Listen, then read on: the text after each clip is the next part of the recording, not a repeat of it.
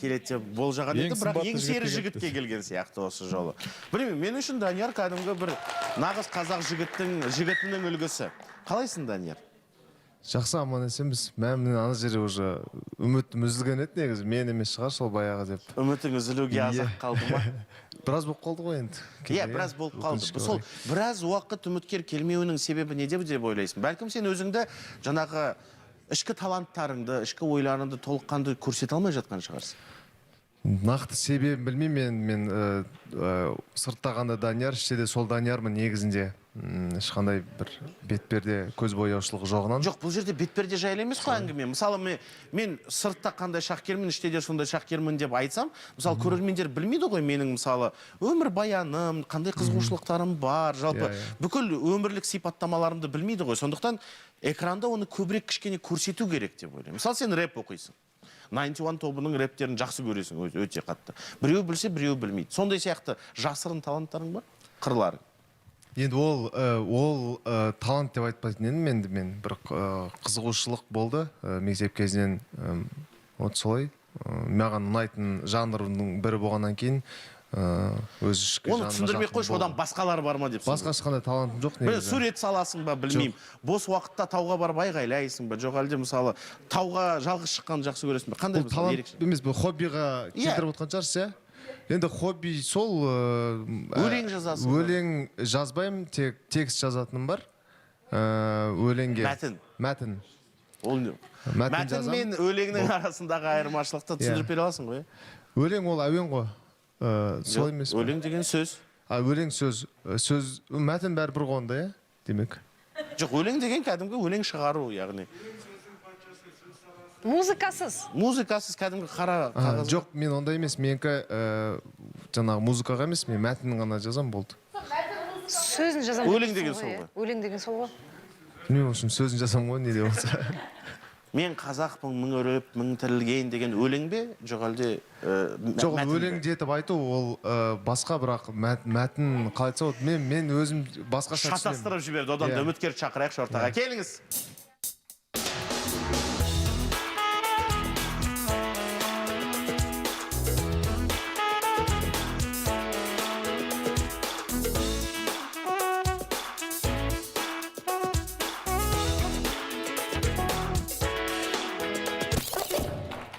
Сәлеметсіз бе, қош келдіңіз студиямызға.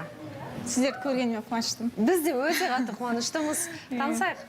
Танысайық. Негізі алдында келгем ғой, танисыздар ғой. Тағы айтып өтейін, Гүлназ. Иә, бәсе өйткені мен жаңағына бір таныс жүз кіргендей болып көрінді де. Сіз бұрын келдіңіз және қателеспесем, бәлкім қателесіп отырмын, сол кездегі таңдау Данияр еді. Иә, Даниярға келдім. Сол кездегі таңдауы да Данияр еді. Қызық. Даниярдың көзі мына жерде төрт бұрыш болып. Сенен басқа Данияр жоқ па бұл әлемде не? Иә, бәлкім шынымен де, менен басқа біраз Данияр болды біздің жолы. Әкем дегенде үшеу, иә, менің есімдегі. Саған келген жоқ ойды. Қысқасы, бұрын үміткер болып келгеніңіз анық болды ғой.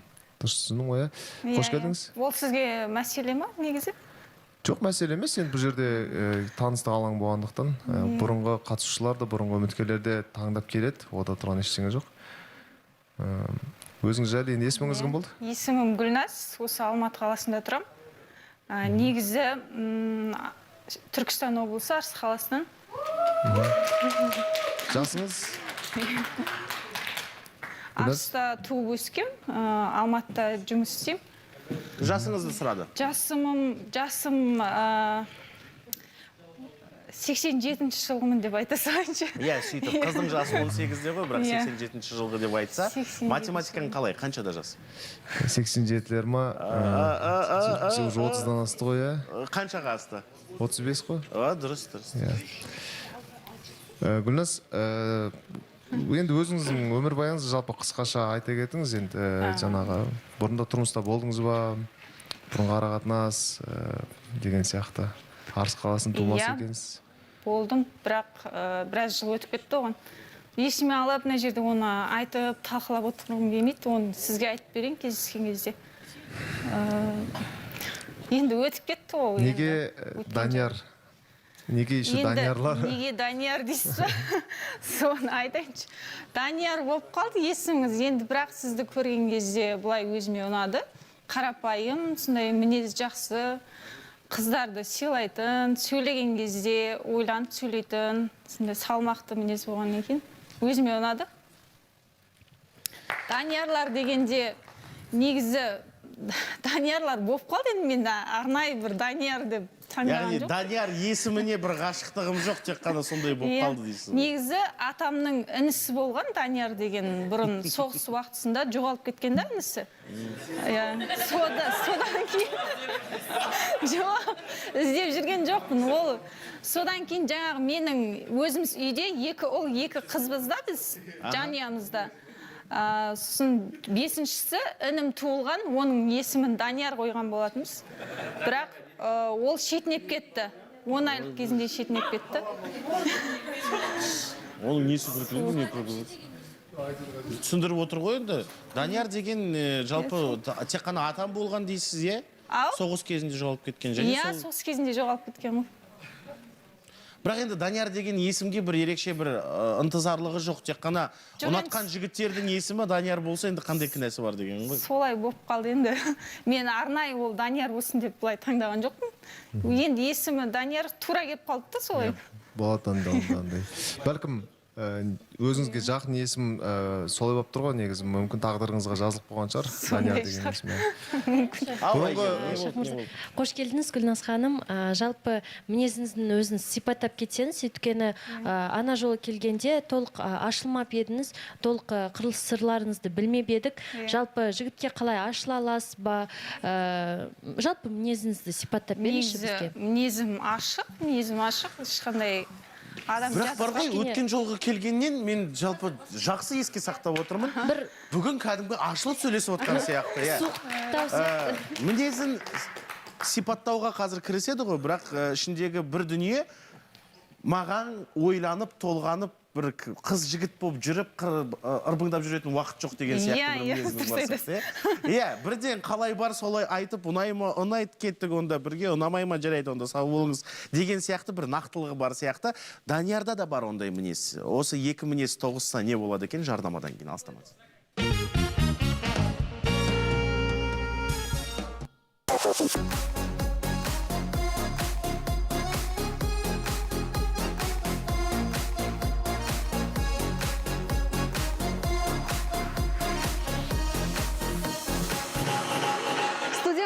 Жаңа таныстық, бұл жолы таңдау Даниярға түсті. Гүлназ есімді ару келіп отыр. Жас айырмашылығы бар, 5 жас айырмашылығы бар, е?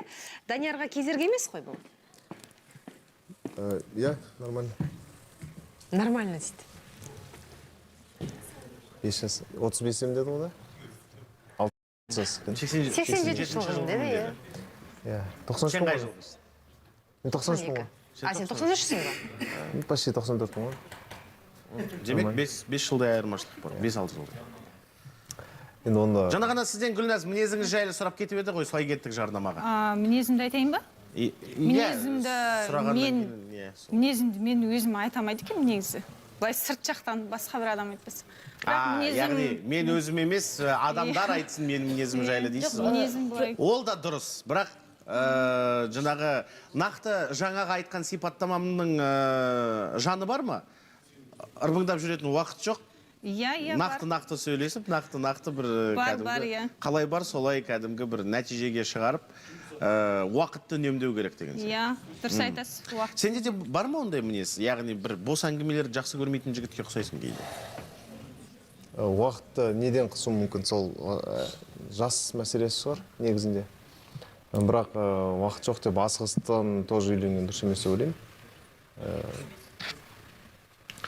Екі жақтан да болады ғой негізі. Бір Данияр екеуміздің коннектіміз болмай тұр бүгін. Жарайды, қатысушыларға сұрақ қоя берейікші, иә. Кім қандай сұрақ қояды екен? Мейірбек. Қош келдіңіз. Негізі Даниярдың айтып жатқаны рас, дұрыс. Өйткені енді келе салысымен жас енді мәселе болады деп жатсың ғой. Негізі қызға үміт бермей басынан айтып қойған негізі дұрыс деп ойлаймын. Ақнұр? Мен Гүлназды қолдағым келіп тұр. Жаңа айтты ғой. Үйленесің ба? Бұл қылту-сылту жүре беретін ер азаматтар көп қазір ше. Үйленесің ба? Ал мені. алмайсың ба, қой мені. Вот дұрыс нәрсе. Бүгін ғана Асенаттың бір тиктогын көріп қалып едім. Асенат айтып жатыр да, енді оған барлығы тиіседі ғой. Сен үміткер болып жігітке не үшін бірінші келдің десе, Асенат бір имамның сөзін салып қойыпты. Имам айтады да, уже жастарың өсіп бара жатыр ма? Айтыңдар дейді, тікелей айтыңдар. Мені ал или алма деп айтыңдар дейді да. Сондықтан вот, пожалуйста, сол пример қыз негізі асықтырған дұрыс. Өйткені жасы кетіп бара жатыр ол кісінің. Мысалы, талай мысалдар бар ғой, иә, қаншама жыл бірге жүріп, кәдімгі не үйленетін түрі жоқ, не үйленбейтін түрі жоқ. Сіздің тағдырыңызда ондай жағдайлар болған жоқ па, Гүлназ? Мысалы, енді адам болғаннан кейін әрқайсымыздың өзіміздің бір тәжірибеміз бар ғой. Қыз жігіт болып жүріп, енді жасайтын шығар ұсыныс, міне енді қосылатын шығармыз деген кезде, жігіт бір әйтеуір 40 сылтау тауып, кәдімгі үйленбей болған. Иә, болған. Болды, иә, ондай жағдайлар? Иә. Атын атап түсін түстеудің қажеті жоқ, бірақ қалай болды? Соны кішкене баяндап бересіз бе? 1-2 жылдай араластық. 2 жыл? Иә, нақты негізі басында үйленем деп нақты сондай шешім қабылдаған өзі. Көктемде үйленеміз деп, негізі күзде таныстық та, иә. Сомен көктем келген кезде қайтадан күз келсін дейді, сомен 2 жыл өтіп кетті. Иә. Бірақ қыз баласының, яғни уақыты қалды дейсіз ғой, иә. Бәлкім сол 2 жылдың ішінде өз бақытыңызды кездестіріп, жолымды байлады 2 жылға дейсіз. Дұрыс айтасыз, иә. Шахмаза жаңа Ақнұр айтып кетті ғой, давить ету керек деген сияқты. Мен ойлаймын, мен болашақта қызым ойбай үйленейік деп давить етсе, мен керісінше ойым қашып кететін сияқты. Өйткені білмеймін, ол жігіт тарапынан болу керек, қызға деген бір добиваться ету, шынымен сүю деген сияқты. Енді қыз баласы ойбай жаңа бір аптадан кейін үйленейік десе біртүрлі емес па, Ақнұр? Енді сезім қайда, адамды тану қайда қалады сонда? Жоқ, сендер қызықсыңдар, қыздың жасы үлкейіп бара жатқаннан кейін ол бала туу керек, өмірге адам алып келу керек, асығу керек. Сендер сияқты былжырап жүре берсе 60-тан бір-ақ шығасың, мысық құшақтап. Жоқ, негізі күйеуге шығу керек. Сезім деп жүретін уақыт жоқ. Карьера демей, ерте шығу керек сол үшін. Мен дейді, абылай бірдеме деді жаңа ғана байқасаңыздар. Айтып жатырмын да, Шақы мырза, ерте шығу керек сол үшін. Карьера қоламай, бір нәрсе қоламай, сол үшін ерте шығу керек. Алло, слышно? Балназымға не? Әркімнің тағдыры әртүрлі ғой. Кейбіреу мысалға солай ерте шығады, кейбіреу кеш шығады. Бірақ сізге нақты не себеп, мысалы, осы осознанно, болды, үйлену керек деген қай күнге әкеп не тірелді негізі, осы жасқа келіп жоқ, енді нақты үйлену керек деп адам бір-бірін білу керек қой. Нақты мен де сен танымай білмей тұрмысқа шыға салайын деп тұрған жоқпын ғой. Жоқ, негізі қыз баласы 22-ден кейін уже үйлену керек қой, уже тұрмысқа шығу керек деген сияқты ой туады да негізі. Бірақ сіз ол кезде ойламадыңыз ба негізі? Мен тұрмысқа шықтым деп айтып тұрмын ғой. Жоқ, негізі одан кейін де мысалы ойланасыз ғой, тезірек өйткені. Одан кейін мен оқыдым. Одан кейін сөйтіп уақыт өтіп кетті. Карьера қоладыңыз, иә? Карьера қолапты. Бірақ қыздың жүріп қалғанына жігіттің қандай кінәсі бар деп ойлаймын да мен. Енді шынымен отбасы құрғың келеді екен, сондай мақсатың, арманың бар екен, онда ертерек шығып, потом енді білмеймін, жігіт кінәлі емес деп ойлаймын қыздың жүріп қалғанына. Жоқ, мен Мейірбекті қолдағым келіп жатыр да, мен Ақнұрға сұрақ қойғым келіп жатыр да, мына жерде сезім деп уақыт жоқ дейді. Сонда сен өзің жақсы көрмейтін адамға да тұрмысқа тиюға дайынсың ба? Жоқ, жақсы көресің. Жоқ, мен айта қойыншы, жақсы көресің. Бірақ жігіттер бар созып жүретін. Аны жаңа айтып отыр. Күз, жаз, күз, қыс деп. Созғаны зачем айту керек? Сен что-то мен аласың ба или алмайсың ба деп айту керек. Соза берудің қажеті жоқ. Сосын карьера деп жаңа Абыл айтып жатыр. Карьера дегенді отбасылы болып та істеуге болады. Просто сендердікі сылтау. Үйленіңдер, істеуге болады, әрі қарай дамытуға болады. Адам өз таңдауына егер де әлі нақты шешім қабылдамаса, қалай ол үйленеді? Сен онда нақты шешім болмаса, зачем қыздың уақытын құртасың? 6 ай, 5 ай жүріп. Біз осы жерге нақты үйленуге келетін адамдармыз ғой, нақты үйленем деп келген адамдармыз. Және де үміткер, мен осы адамға үйленем, егер де мен жақсы көріп қалса дегенге, соған уже дайын болатын адамдар болу керекпіз негізі. Онда не үшін отырмыз? Мысалға, мен осы жерге келгенде, мен айтқан болатын, маған не үшін сен осында келдің, саған сыртта да жігіттер көп сөз салады дегенде. Мен айтқан болатын, жігіттер жүрет, бірақ та уақыт созады. Мен сол жігіттермен жүріп, уақыт созғым келмейді. Ана мен жүрді, мына мен жүрді деген атқа қалуға. Және де нақты үйленетін жігіт келсе, үйленетін жігітке сразу үйленіп шығамын деп айттым. Және де сендер де сондай болу керексіңдер. Данияр, сен үйленуге келдің ғой осы жерге? Мен уақыт созу үшін келдім деп айтқан жоқпын ғой. Мен де уақыт не үшін қысады, мысалы, жаңа айтып отыр ғой. Ол жас келген сайын уже қылтың-жылтың керек емес. деп сол жағынан айтып отыр да. Ол менде де сондай жағдай. Жасы 30-ға келіп қалды. Сондықтан қылтың жылтыңсыз анамен сөйлеспе, анау кім деген сияқты нәрселер мен әлі күнге дейін түсінбеймін. Қызға ең бастысы жаңағы сенім, бір-біріне деген сенім болса. Қылтың жылтыңсыз шымылдықты ашасың ба? Қылтың жылтыңсыз ашайық. Ашайық, шымылдық ашылсын онда. Иә.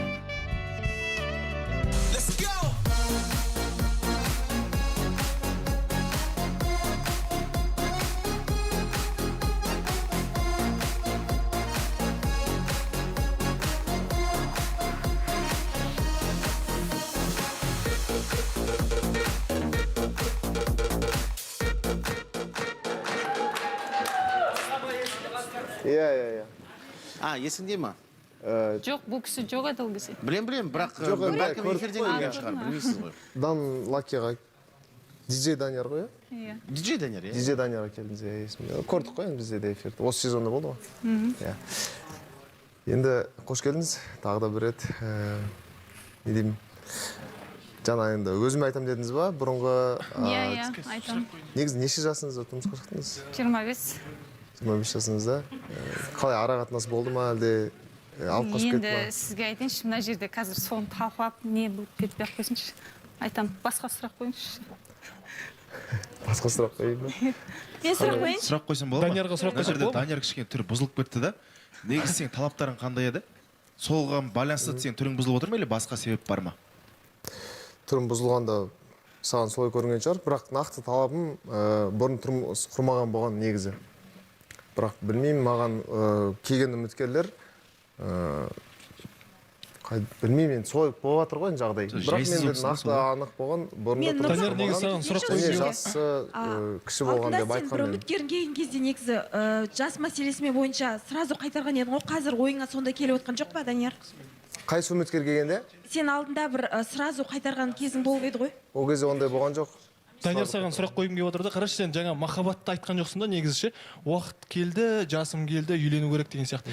Жақсы қыз келсе, вот үйлену керек деген сияқты ма, или махаббат неге бірінші айтқан жоқсың, ғашық болсам үйленетін едім деген сияқты. Или сен уақыт өте келе солай ойың өзгерді ма? Жоқ, не үшін қылтың жылтың анымна уақыт жоқ деп айтып жатыр. Соған байланысты мен ол уақыт тапшылығы неден ол жас келгеніне байланысты деп жатырмын ғой. Әрине бұл жерде бірақ уақыт келді екен деп асығыстықпен ешқандай махаббат жоқ, ұнату болмай үйленуге дұрыс емес деп айттым. Иә, сол сен жаңа сол сөзіңде айтып жатқан ғой. Иә, қанша жерден уақыт қысып жатса да адамға деген Данияр, жалпы өзің жасың 30-ға келіп қалды дейсің, сонда сен өзің жас қызды күтіп отырсың ба? Сонда ажырасқан қыздар не саған сен үшін адам емес па? Олар да бақытты болуға лайықты шығар. Мүмкін күйеуге үйленбеген жігітке тұрмысқа шыққысы келетін шығар. Оның да ойы сондай шығар. Егер де Данияр үйленіп ажырасса, ол да тағдырлас болып үйленуге болады. Мен үйленбеген жігітке тұрмысқа шыққым келеді мысалы. Сонда да Данияр айтты екен деп мен үйленген адамға тұрмысқа шығып отырмаймын. Мен де үйленбеген жігітке тұрмысқа шыққым келеді. Саған сұрақ, неге сен үйленбеген жігітке тұрмысқа шыққың келеді? Білмеймін, өзім де білмеймін, сондайды қалаймын. Неге білмейсің? Білмей атып сен айтпа. Мен ойлаймын, айтайын нақтысын. Әйелін баласымен тастап кеткен еркек менің де баламен тастап кетеді деп. Өзім миымда сондай, сол үшін сондай нәрсе ойлаймын. Дұрыс қой енді, Данияр енді дұрыс айтып отыр ғой, значит. Күйеуімен ажырасып кеткен, ертең менімен де ажырасып кетуі мүмкін дейді да, ол да айтып отыр. Сен де ойлайсың ба де әйел адамға? Сонда әйел адамға екінші рет ажырасу деген оңай деп ойлайсың ба не? Мен дұрыс қой, күйеу жоқ енді, сен қандай енді пример кетіріп отыр ма өзің сөзіңе? Мен үшін солай. Данияр да ойлауы мүмкін. Менің басыма бір проблема түскен кезде баланы алып тайып тұрды. Значит, ертең тоже қайтадан тайып тұруы мүмкін басыма түскенде. И все. Ол негізі қате пікір деп ойлаймын. Сен өзің айтып тұрсың ғой. Жоқ, негізі қате пікір деп ойлаймын да, негізі тең-теңімен тезек қабымен дейді. Мысалы, ажырасқан. Сонда қайсы тезек? Жоқ, негізінде ол баяда айту керек та ол сұрақ негізі. Қайсы тезек сонда айтшы маған. Мәселе тезек өзім айтамын негізі. Сонда ажырасқандар тезек болып тұр ғой сен ойынша да. Қай кезде провокация берілетін. Айтайын кетейін. Сен өзің тезек қып тұрсың соны. Тоқташы айтайын, Жаннұр саған тікелей айтайын. Маған ажыраспаған жігіт керек деп жатсың да? Иә. Бірақ мынаны ойла сен. Ол ажыраспаған қызға тию керек. Сен қара бір отбасын бақытты қылып, ажыраспаған еркек бар, бұл өмірге дүние келген. Ол отбасын бақытты қылып, басқа отбасына көшудің керегі жоқ. түсініп ма сөз астарын? Бір отбасын бақытты қылып, оны түтін түзу түтетіп, келесі отбасына көшудің керегі жоқ. Өзің сияқты сол тадырлас адамға лучше қосылған дұрыс. Мен ол жағын жалпы нақты тадырлас адам деп не істемеймін. Жалпы өзімнің қалауым сондай. Мен үйленбеген жігітке тұрмысқа шыққым келеді. Менің қалауымды өзгерткің келе ма сен? Сен кішкене